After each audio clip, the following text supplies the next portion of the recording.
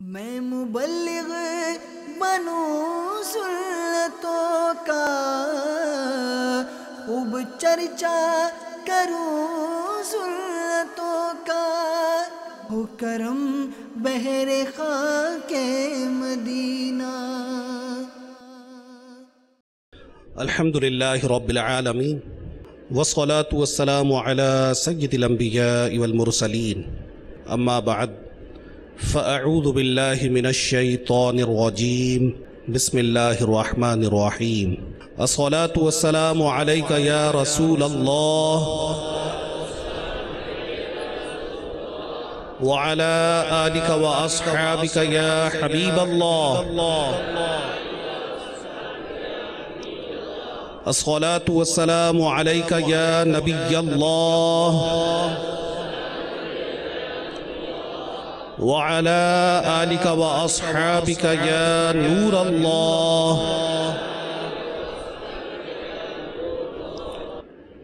فرمان مصطفیٰ صلی اللہ تعالی علیہ وآلہ وسلم، قیامت کے دن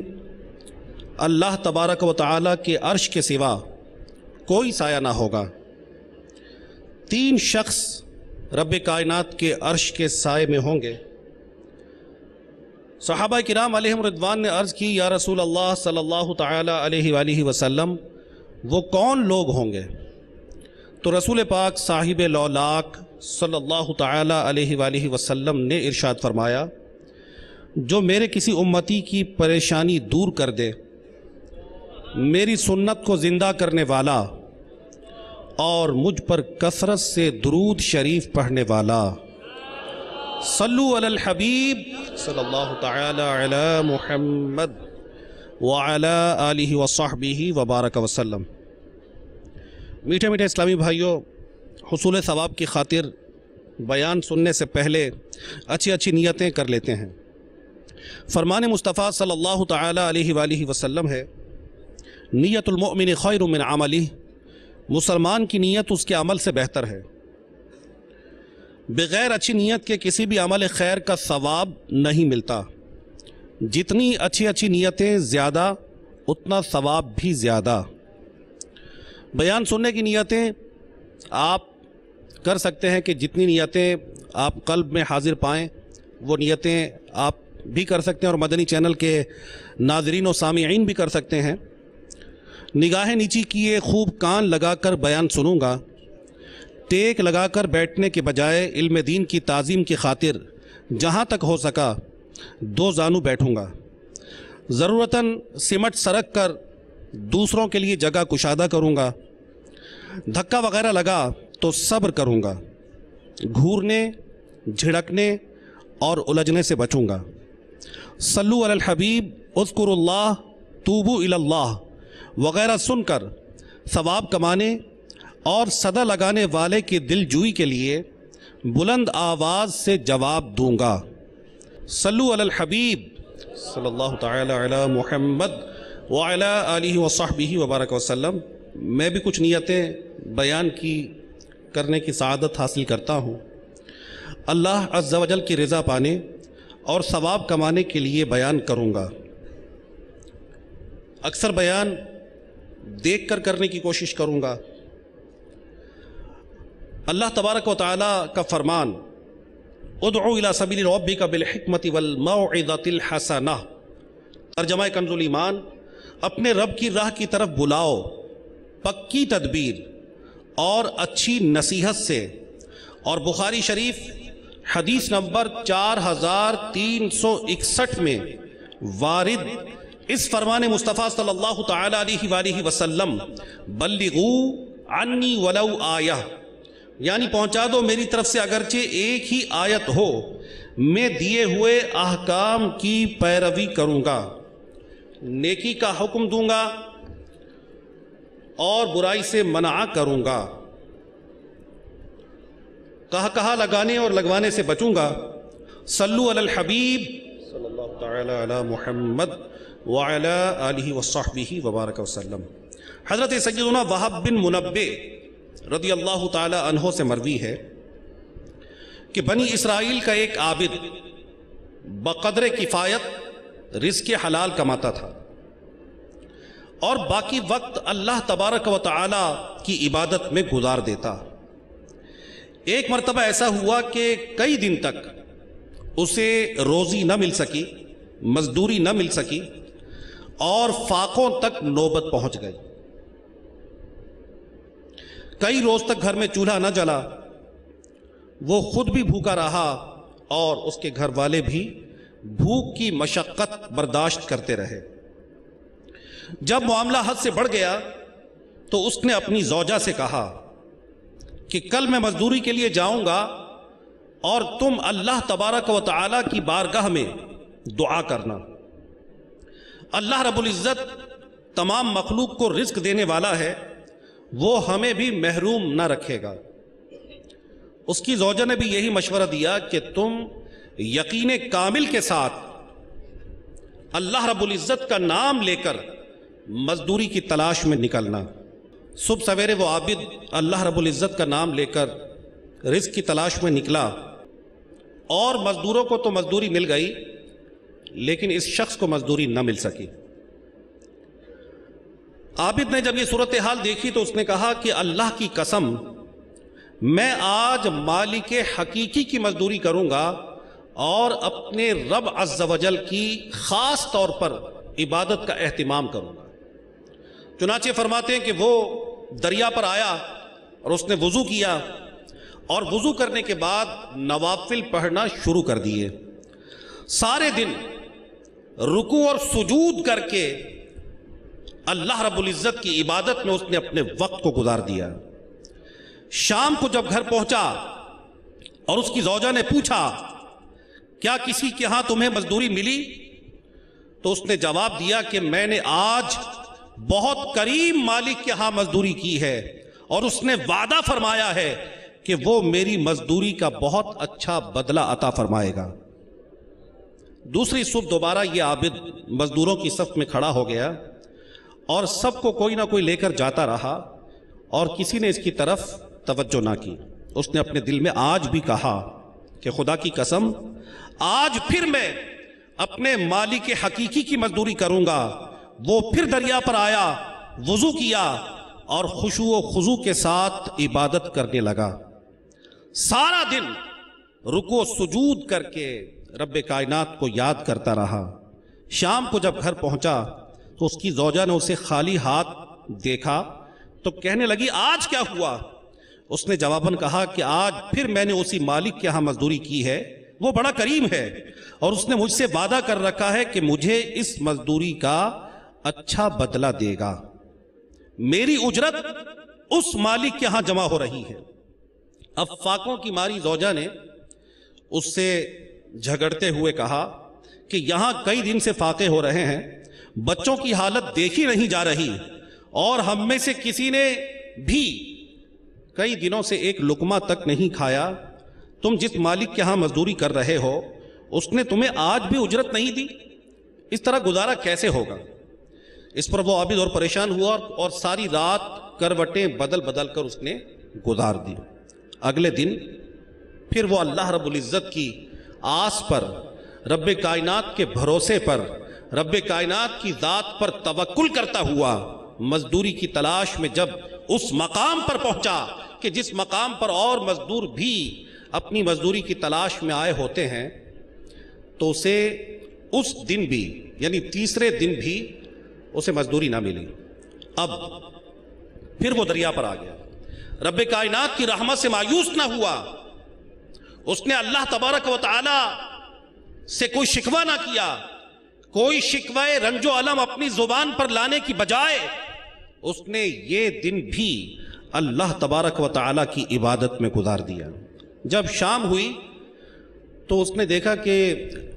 رزق کا کوئی سلسلہ ابھی تک نظر نہیں آ رہا۔ اب وہ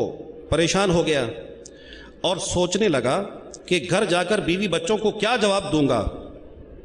پھر اس کے یقین نے اسے، جو رب کائنات کی ذات پر بھروسہ تھا،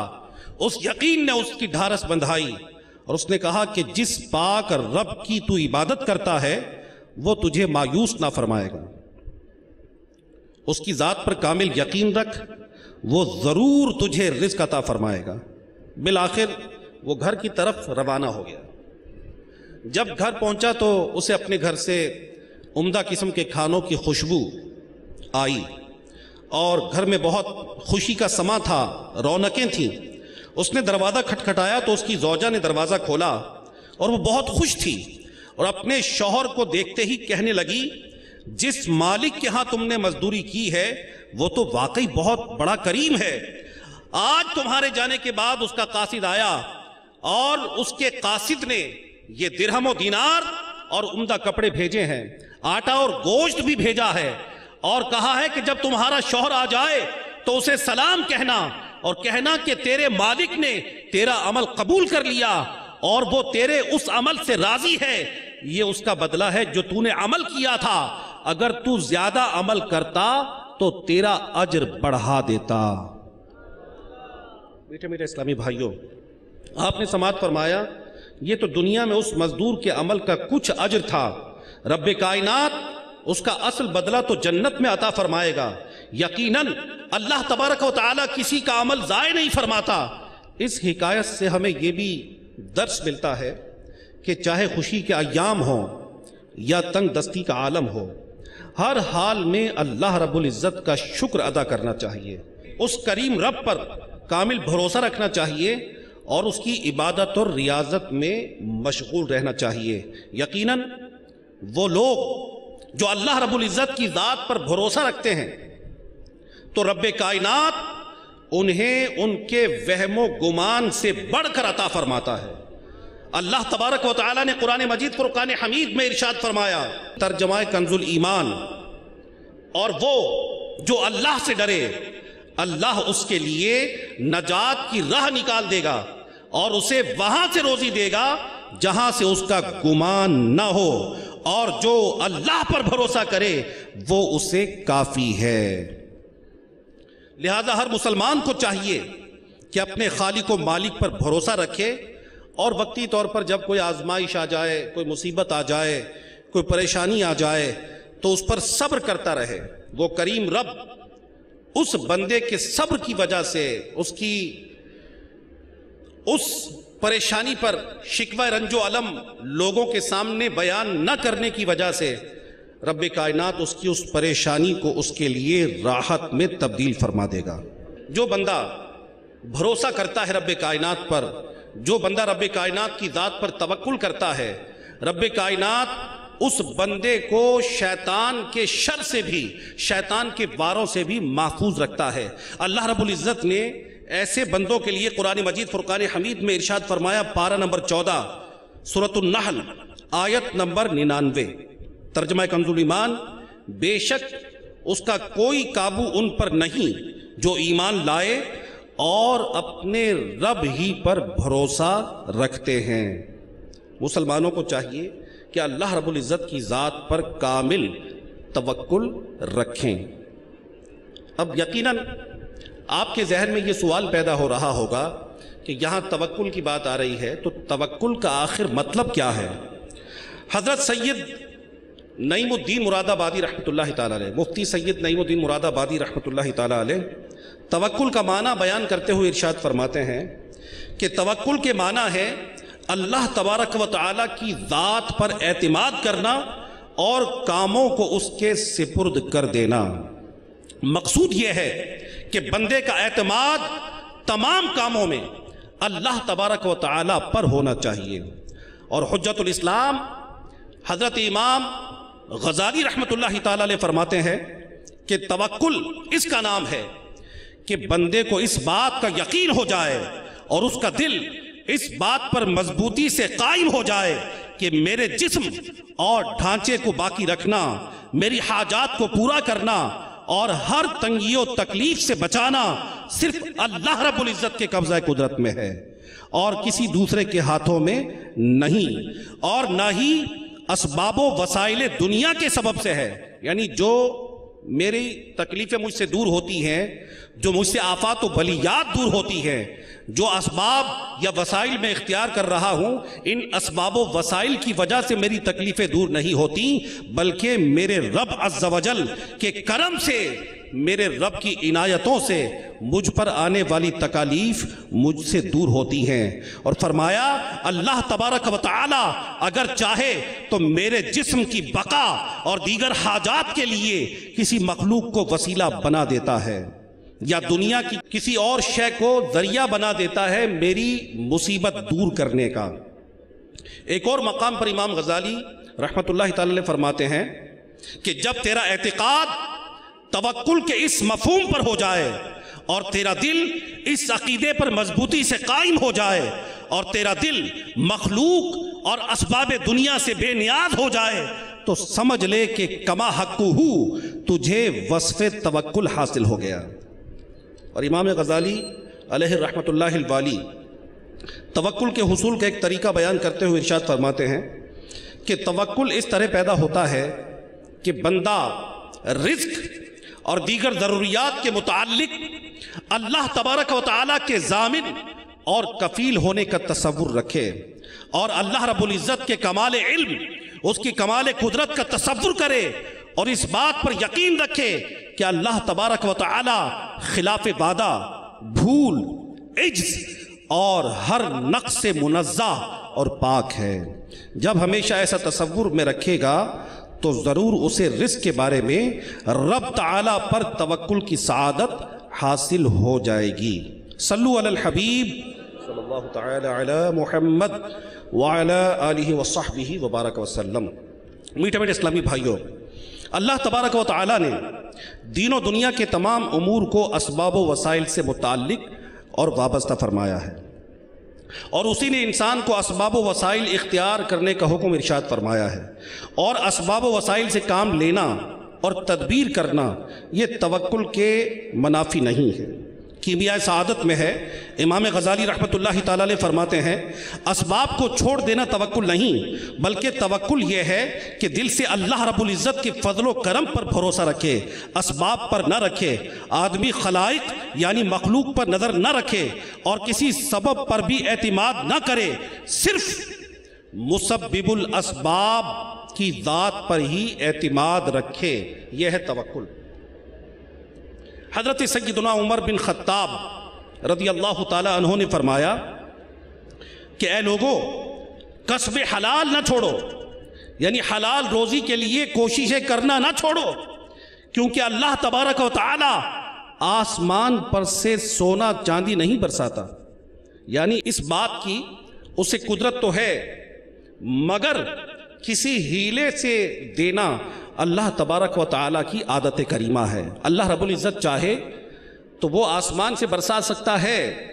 وہ آسمان سے روزی دے سکتا ہے، یعنی انسان اگر اپنے کمرے میں مقید ہو جائے، کمرے کو تالا لگا دے، اللہ تبارک و تعالیٰ اس بات پر قادر ہے کہ کمروں کو مقفل کر دیا جائے، کمروں کو تالا لگا دیا جائے، گھروں کو بند کر دیا جائے۔ رب تبارک و تعالیٰ اس بات پر قادر ہے کہ بندے کو روزی دے،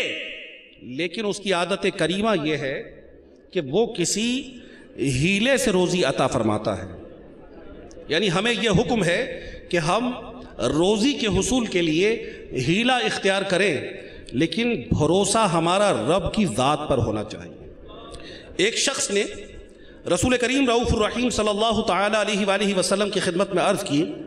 کہ یا رسول اللہ صلی اللہ تعالی علیہ وآلہ وسلم، میرے ساتھ اونٹ بھی ہے،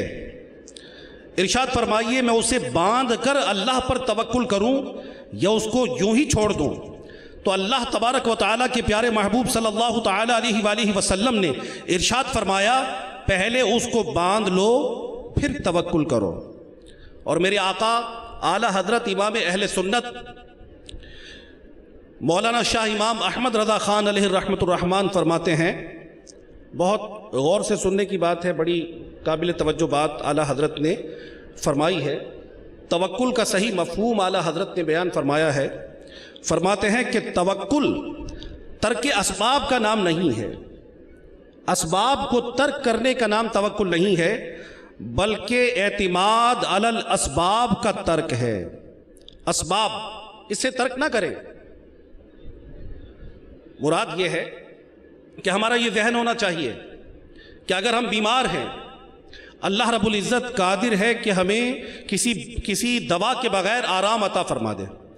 اول تو یہ کہ جب بیمار ہو جائیں تو دوا استعمال کریں، ٹھیک ہے، لیکن جب دوا استعمال کریں تو ایسا نہ ہو کہ دوا پر ایسا اعتماد جم جائے کہ صرف دوا کے ہو کر رہ جائیں کہ دوا سے شفا ملے گی۔ آپ نے کتنے لوگوں کو دیکھا کہ سیم ڈیزیز ہوتی ہے، سیم بیماری ہوتی ہے، لیکن بڑی اچھی لوگ اینٹی بایوٹکس لیتے ہیں مختلف امراض میں، دردوں میں اچھی پین کلرز لیتے ہیں، لیکن ہر بندے کو اینٹی بایوٹک کا فائدہ نہیں ہوتا اپنی بیماری میں۔ ہر بندے کو دردوں کی صورت میں پین کلر سے فائدہ نہیں ہوتا، ہر شخص کو انجیکشن سے آرام نہیں آتا۔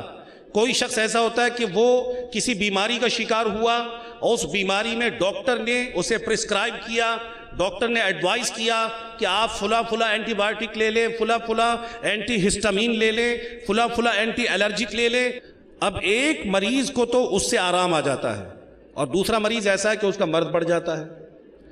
تو دواؤں پر اعتماد نہیں کرنا، اعتماد یہی ہونا چاہیے کہ دوائیں تو ایک ذریعہ ہے صحت کا، لیکن حقیقی شفا دینے والی جو ذات ہے وہ میرے رب کی ذات ہے۔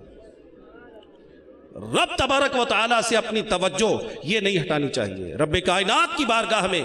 دعاؤں سے سہارا لینا چاہیے، رب کائنات کی بارگاہ میں التجائیں کرنی چاہیے، اس کی بارگاہ میں عرض کرنی چاہیے، اسے اس کے عظمت والے ناموں کا واسطہ دینا چاہیے، اور اس کے کرم پر نظر رکھتے ہوئے دواؤں کو استعمال کرنے میں کوئی حرج نہیں ہے۔ صلو علی الحبیب صلی اللہ تعالی علی محمد وعلی آلہ وصحبہ وبارک وسلم۔ جو لوگ اللہ رب العزت پر بھروسہ کرتے ہیں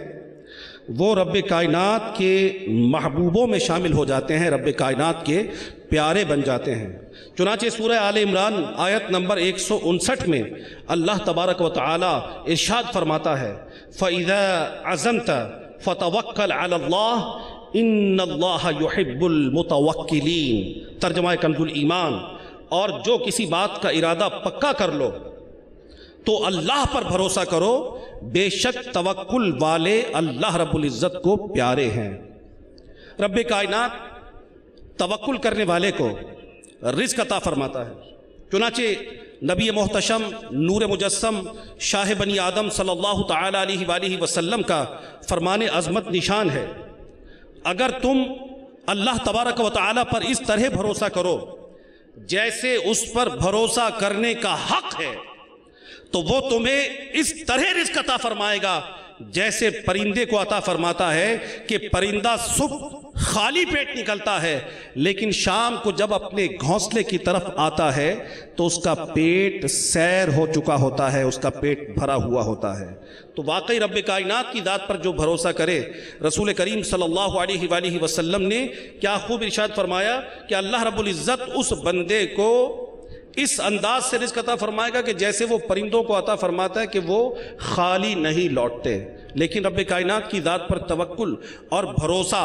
یہ کامل ہونا چاہیے۔ دیکھیے دنیا کا کوئی بڑے سے بڑا فلسفی ہے، دنیا کا کوئی بڑے سے بڑا انٹلیکچول ہے، کوئی دنیا کا بڑے سے بڑا ذہین انسان ہے، بہت بڑا مفکر ہے، اس کی بات تو غلط ہو سکتی ہے، لیکن رسول محتشم صلی اللہ علیہ وآلہ وسلم کا فرمان مبارک حق ہے۔ ہمیں رب کائنات کی ذات سے بھروسہ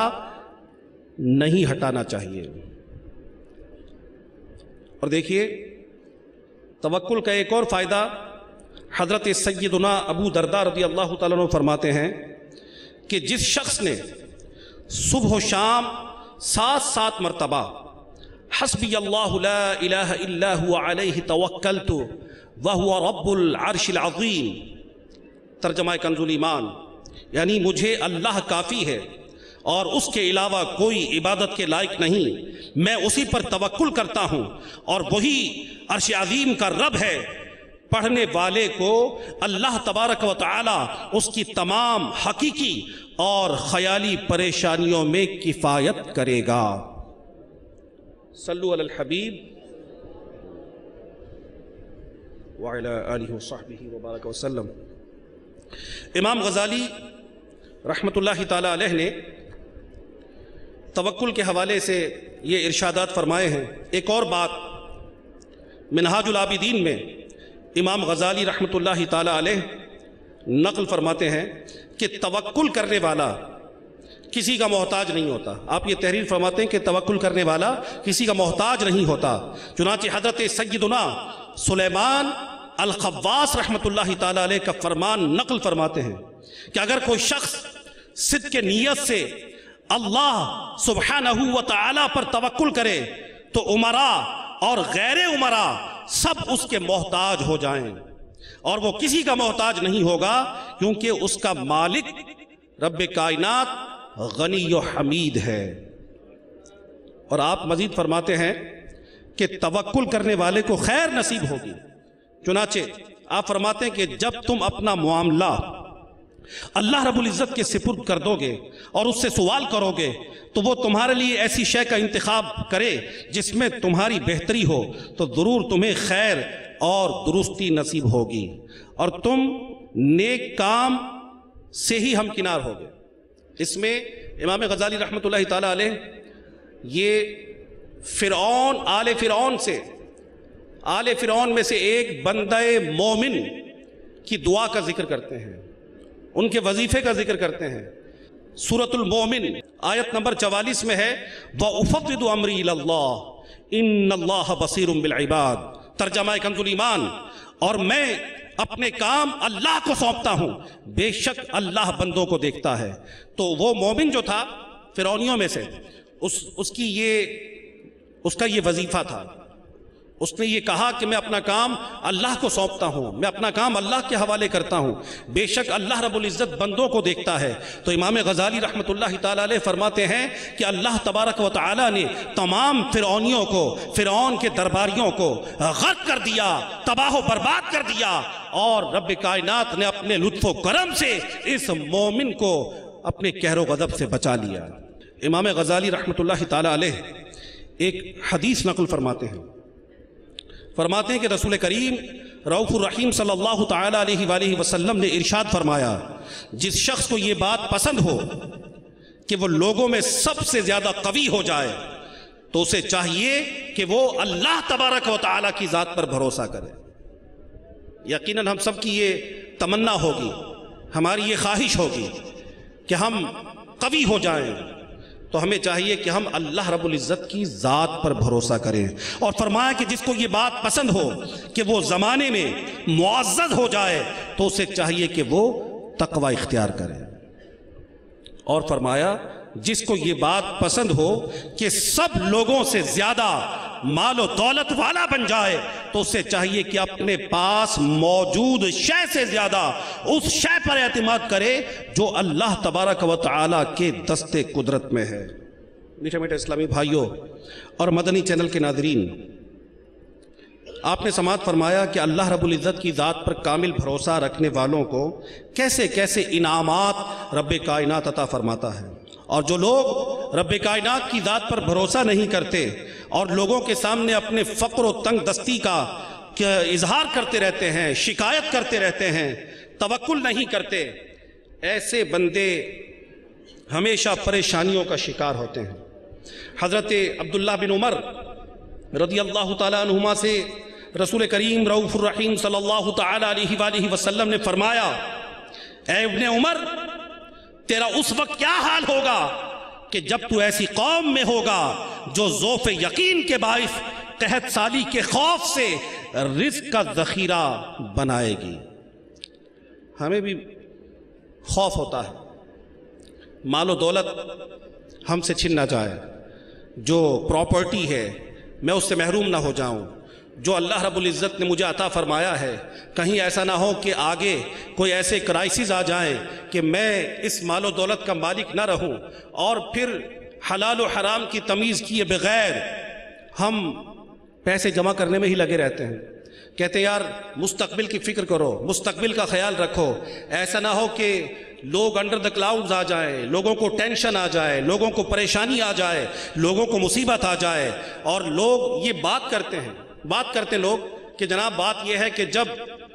ہم بچے تھے کتنا سستا دور تھا کہ ہم ایک ایک آنے کی چیز خرید کر کھاتے تھے، روٹی کتنی سستی ہوتی تھی، اس وقت کھانا پینا کتنا سستا تھا، کپڑے کتنے سستے تھے، اور آج جناب دیکھیں حالات اتنے خراب ہو گئے کہ پہلے اتنے کی روٹی ملتی تھی، آج اتنے کی روٹی مل رہی ہے، پہلے اتنے کا مکان ملتا تھا، اب اتنے کا مکان مل رہا ہے، پہلے جناب پیٹرول اتنا سستا ہوتا تھا ہمارے دور میں جب ہم چھوٹے تھے، اور آج پیٹرول اتنا مہنگا ہو گیا۔ تو بات یہ ہے کہ ہمارے رب عز و جل نے ہماری روزی کا ذمہ لیا ہے۔ حضرت حاتم اصم رحمۃ اللہ تعالی علیہ، ایک بزرگ حضرت شفیق رحمۃ اللہ علیہ کی خدمت میں رہتے تھے، ان کی خدمت میں رہتے تھے اور 30 سال ان کی خدمت میں گزارے۔ ایک مرتبہ حضرت شفیق رحمۃ اللہ تعالی علیہ نے حضرت حاتم اصم رحمۃ اللہ تعالی علیہ کو فرمایا، تمہیں میرے پاس رہتے ہوئے کتنے سال ہو گئے؟ جواب دیا، حضور مجھے 30 سال ہو گئے۔ تو فرمایا کہ ان 30 سالوں میں کیا سیکھا؟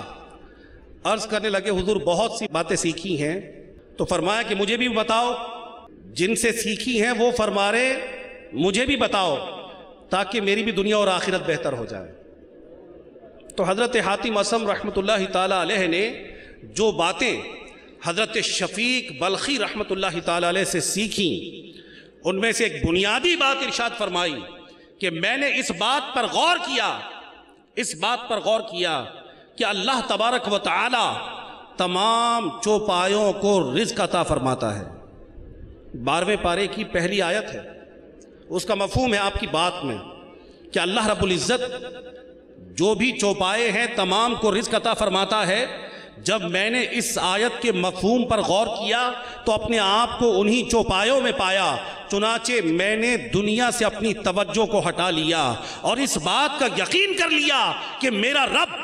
جب ہاتھیوں کو نوازتا ہے، میرا رب جب بڑے بڑے جانوروں کو نوازتا ہے، تو میرا رب کسی مچھر کو بھی محروم نہیں فرماتا۔ تو میں رزق کے حوالے سے پریشان کیوں ہوتا ہوں، میں غم زدہ کیوں ہوتا ہوں، میں کیوں کرتا ہوں اپنے رزق کے لیے؟ چنانچہ میں نے اپنی توجہ کو روزی کے حوالے سے پریشانی لینے سے ہٹا لیا اور اپنے رب کی عبادت میں لگ گیا۔ یہ بات تھی 30 سالہ اس دور کا نچوڑ کہ جو حضرت حاتم اصم رحمۃ اللہ تعالی علیہ نے ایک ولی اللہ کی صحبت میں رہ کر گزارا کہ جب اللہ رزق دینے والا ہے تو میں اتنی ٹینشن کیوں لیتا ہوں، میرا رب رزق دینے والا ہے۔ آپ خود سوچئے، ماشاءاللہ آپ میں جو 40 سال کے ہیں، 50 سال کے ہیں یا 60 سال کے ہیں یا اگر 25-30 سال کے بھی ہیں، وہ بھی کہتے ہیں کہ جناب ہم چھوٹے تھے تو ہمیں روپیہ 2 روپے ملتے تھے جب اسکول جاتے تھے، ٹھیک ہے، روٹی جناب اتنے کی ملتی تھی، 1 روپے کی روٹی ملتی تھی بالفرض۔ ایک بات پر غور کیا کبھی کہ جب ایک آنے کی روٹی ملتی تھی، جب بھی ہمارا رب ہمیں عطا فرما رہا تھا، اور آج اگر کہیں 10 روپے کی روٹی ہو گئی یا 15 روپے کی روٹی ہو گئی تو آج بھی ہمارا رب ہمیں عطا فرما رہا ہے۔ تو یہ یقین جب رب کائنات کی ذات پر ہو جائے گا کہ مہنگائی بھلے کتنی ہو جائے، جب رب نے روزی کا وعدہ فرمایا ہے تو وہ روزی ضرور عطا فرمائے گا۔ یہی یقین تو پیدا کرنا مراد ہے۔ الحمدللہ دعوت اسلامی کے مدنی ماحول میں یہی تو ذہن ہمیں ملتا ہے، یہی تو اسلاف کی تعلیمات کا نچوڑ ہمیں ملتا ہے کہ بزرگ فرماتے ہیں کہ اولیاء اللہ کی صفات یہ ہے کہ ان صفات میں سے ایک بنیادی صفت یہ ہے کہ وہ اللہ رب العزت کی ذات پر ہر وقت بھروسہ رکھتے ہیں۔ میرے شیخ طریقت امیر اہل سنت دامت برکاتہ العالیہ نے ارشاد فرمایا ہے، امت مسلمہ کا ایک ذہن بنایا ہے، انہیں ذہن دیا ہے، وہ ذہن یہ ہے کہ رب تبارک و تعالی نے ہر مخلوق کے لیے روزی کا وعدہ فرمایا ہے۔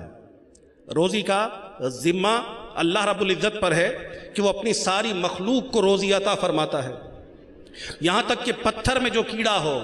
جس کے لیے کوئی سپیس نہیں ہے، جس کے لیے کوئی ہوا نہیں ہے، جس کے لیے کوئی روشنی نہیں ہے، رزق آنے کا کوئی بظاہر اہتمام نظر نہیں آتا، لیکن رب کائنات اس کیڑے کو بھی روزی عطا فرماتا ہے۔ تو فرمایا میرے شیخ طریقت نے کہ میرے رب نے روزی کا ذمہ تو لیا ہے لیکن ہر بندے کی بخشش فرما دے گا یہ ذمہ نہیں لیا۔ تو جس چیز کا ذمہ رب نے لیا اس چیز کے لیے ہم کڑھیں، اس چیز کے لیے ہم ٹینشن لیں، اس چیز کے لیے ہم فکر مند ہوں کہ جناب روزی ملنی چاہیے، اس روزی کی تلاش میں نہ جانے کہاں کہاں مارے پھرتے ہیں، اس روزی کی تلاش میں نہ جانے دنیا کے کون سے کونے میں پھرتے ہیں اور انلیگل ویز اختیار کرتے ہیں ممالک میں جانے کے لیے۔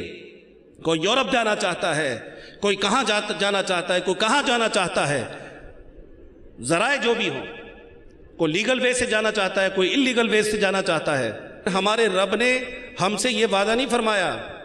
کہ ہر ایک بندے کی بخشش فرما دے گا، تو جس چیز کا رب نے وعدہ فرما لیا اس چیز کے لیے ہم کڑھیں، کوششیں کریں، ہر وقت ہماری ٹینشن یہی ہو، ہماری فکر یہی ہو، ہماری سوچ یہی ہو، جب صبح ہو تو روزی کی سوچ، دوپہر ہو تو روزی کی سوچ، شام ہو تو روزی کی سوچ، ہر وقت اپنے آپ کو بھلائیں، اور جس چیز کا رب کائنات نے ہر بندے سے وعدہ نہیں فرمایا اس چیز کے لیے ہمیں کوئی ٹینشن نہیں، اس مغفرت کی طلب کی کوئی فکر نہیں۔ بس کہتے ہیں جناب جب مریں گے تو بیڑا پار ہے۔ جناب آپ کیوں ایسی بات کر رہے ہیں؟ جب قبر میں جائیں گے تو دیکھا جائے گا،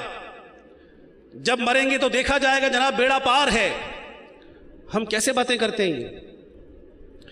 جن لوگوں کو دنیا میں جنت کا پروانہ ملا، جن لوگوں کو دنیا میں جنت کی سند اللہ تبارک و تعالیٰ کے پیارے رسول صلی اللہ علیہ وآلہ وسلم نے عطا فرمائی، وہ کڑتے رہے، وہ سوچتے رہے کہ رب کی بارگاہ میں کھڑے کیسے ہوں گے۔ کاش میں کوئی درخت ہوتا جسے کاٹ دیا جاتا۔ فکر تھی، یا لیتنی مثلک یا طائر ولم اخلق بشرا، اے کاش اے اڑنے والے پرندے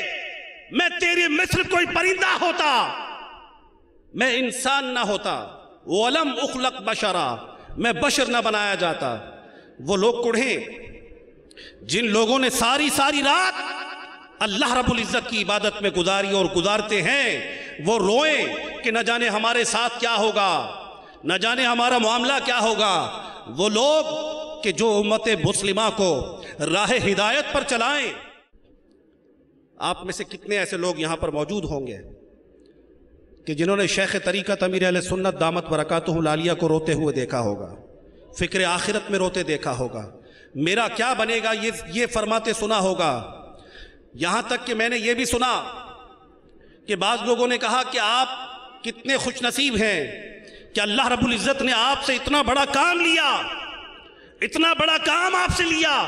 تو آپ نے عاجزی کے طور پر فرمایا کہ اللہ تبارک و تعالی بسا اوقات، اللہ رب العزت بسا اوقات یہ کام کسی فاسق و فاجر سے بھی لے لیتا ہے۔ کمال عاجزی اختیار فرمائی، مشرق سے مغرب تک، شمال سے جنوب تک، جنہوں نے مسلمانوں نے عالم میں فکر آخرت کا جذبہ دینے کی کوششیں فرمائیں، جنہوں نے مسلمانوں کو سنتوں کے راستے پر چلانے کی کوششیں کی، جنہوں نے جب سے ہم نے انہیں دیکھا انہیں سارا سال ہی روزہ رکھتے ہوئے دیکھا، کبھی کبھار کوئی چھوٹ جائے سارے سال ہی روزہ رکھتے ہوئے دیکھا، ان اوصاف سے متصف دیکھا کہ جو ہم نے کتابوں میں پڑھے تھے، اللہ والوں کے پڑھے تھے کہ وہ صائم الدہر ہوتے تھے، وہ روزے رکھتے تھے، ساری زندگی روزے رکھتے تھے۔ یہی تحریک آپ نے امت مسلمہ کو عطا فرمائی کہ ٹھیک ہے سارے سال نہیں رکھ سکتے تو ایک ماہ میں 15 دن رکھ لیں، 100 میں داودی رکھ لیں، اور اسے تحریک کا حصہ بنا دیا۔ یعنی جنہوں نے لوگوں کو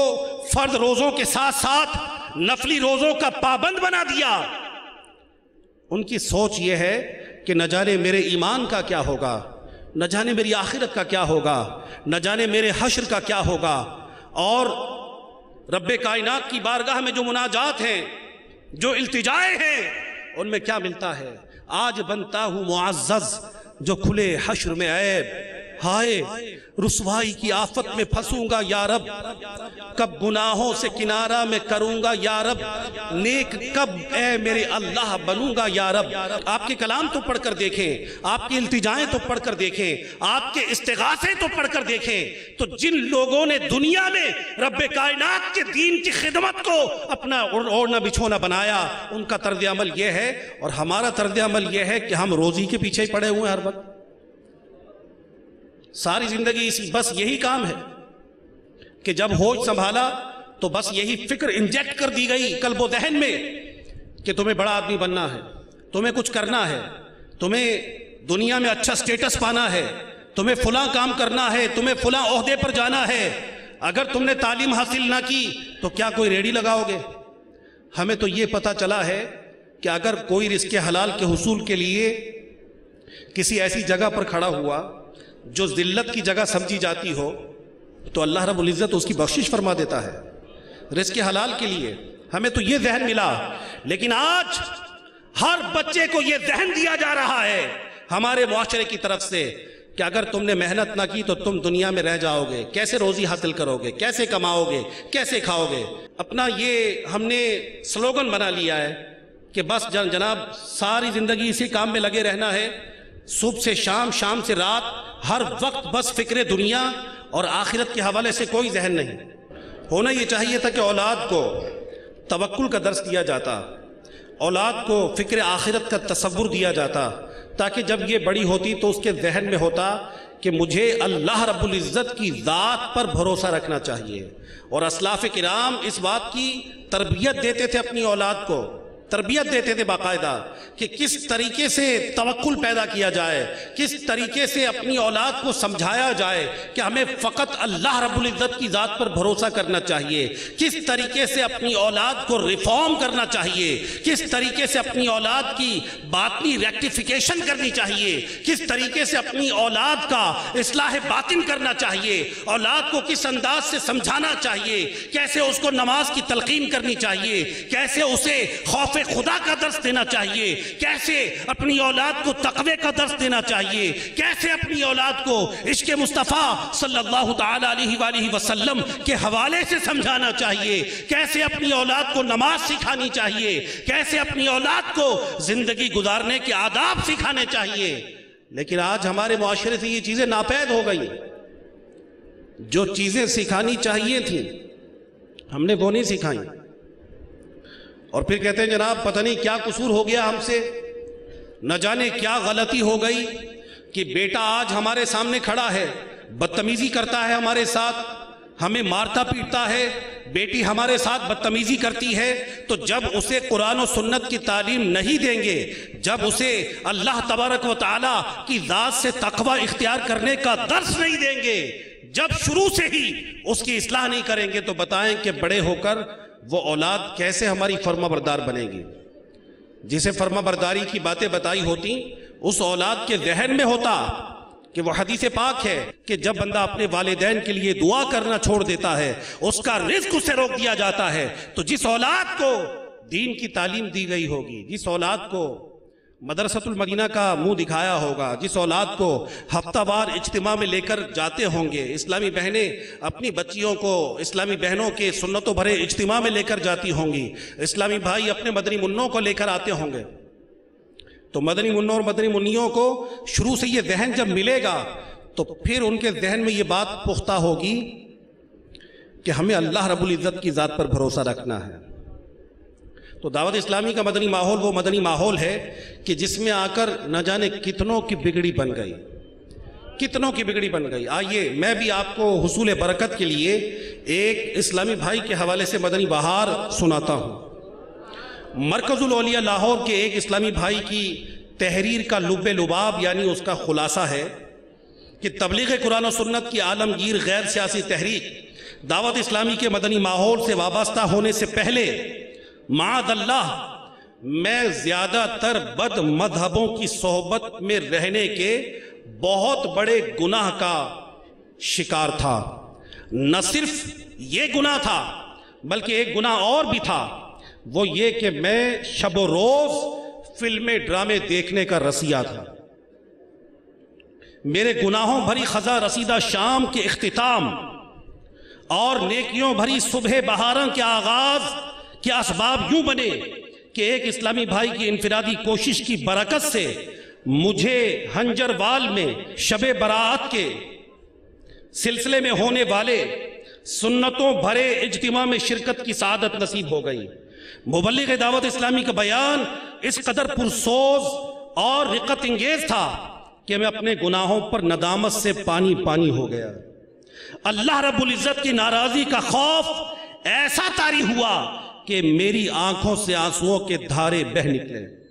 اجتماع کے اختتام پر ہمارے علاقہ کے مدنی قافلے ذمہ دار اسلامی بھائی نے مجھ سے ملاقات فرمائی اور مجھے 3 دن کے مدنی قافلے میں سفر کی ترغیب دی۔ چونکہ دل چوٹ کھا چکا تھا، لہٰذا میں ان کی انفرادی کوشش کے نتیجے میں مدنی قافلے کا مسافر بن گیا۔ اب مدنی قافلے میں عاشقان رسول کی شفقتوں بھری صحبت میں رہ کر سنتیں سیکھنے کی سعادت حاصل ہوئی۔ الحمدللہ عز و جل میں نے اپنے تمام سابقہ گناہوں سے توبہ کر لی۔ جب ماہ رمضان آیا تو اس کے آخری عشرے میں نے اعتکاف کی سعادت حاصل کی، اور اعتکاف کے دوران 27ویں رات کو ایک خوش نصیب شخص کو، خوش نصیب ایک عاشق رسول کو سرکار دو عالم نور مجسم شاہ بنی آدم صلی اللہ تعالی علیہ وآلہ وسلم کی خواب میں زیارت نصیب ہوئی۔ اس بات نے میرے دل میں دعوت اسلامی کی محبت کو مزید 12 چاند لگا دیے، اور میں مکمل طور پر دعوت اسلامی کے مدنی ماحول سے وابستہ ہو گیا۔ میٹھے میٹھے اسلامی بھائیوں، بیان کو اختتام کی طرف لاتے ہوئے سنت کی فضیلت اور چند سنتیں آپ کے سامنے بیان کرنے کی سعادت حاصل کرتا ہوں۔ فرمان مصطفیٰ صلی اللہ تعالی علیہ وآلہ وسلم ہے، جس نے میری سنت سے محبت کی اس نے مجھ سے محبت کی، اور جس نے مجھ سے محبت کی وہ جنت میں میرے ساتھ ہوگا۔ صلو علی الحبیب صلی اللہ تعالی علی محمد وعلی آلہ وصحبہ وبارک وسلم۔ امام کے ساتھ 2 رکعت نماز بغیر امام کی 70 رکعتوں سے افضل ہے۔ حدیث نمبر 2، ٹوپی پر امامہ ہمارے اور مشرکین کے درمیان فرق ہے۔ ہر پیچ پر کہ مسلمان اپنے سر پر دے گا اس پر روز قیامت ایک نور عطا کیا جائے گا۔ حدیث نمبر 3، بے شک اللہ عز و جل اور اس کے فرشتے درود بھیجتے ہیں جمعے کے روز امام والوں پر۔ دعوت اسلامی کے اشاعتی ادارے مکتبۃ المدینہ کی مطبوعہ بہار شریعت جلد نمبر 3 صفحہ نمبر 660 پر ہے۔ امامہ کھڑے ہو کر باندھے اور پاجامہ بیٹھ کر پہنے، جس نے اس کا الٹا کیا وہ ایسے مرض میں مبتلا ہوگا جس کی دوا نہیں۔ امامہ باندھنے سے پہلے رک جائیے اور اچھی اچھی نیتیں کر لیجئے، ورنہ ایک بھی اچھی نیت نہ ہوئی تو ثواب نہیں ملے گا۔ کم از کم یہی نیت کر لیجئے کہ رضائے الہی عز و جل کے لیے بطور سنت امامہ باندھ رہا ہوں۔ سنتوں کی تربیت کا ایک بہترین ذریعہ دعوت اسلامی کے مدنی قافلوں میں عاشقان رسول کے ساتھ سنتوں بھرا سفر بھی ہے۔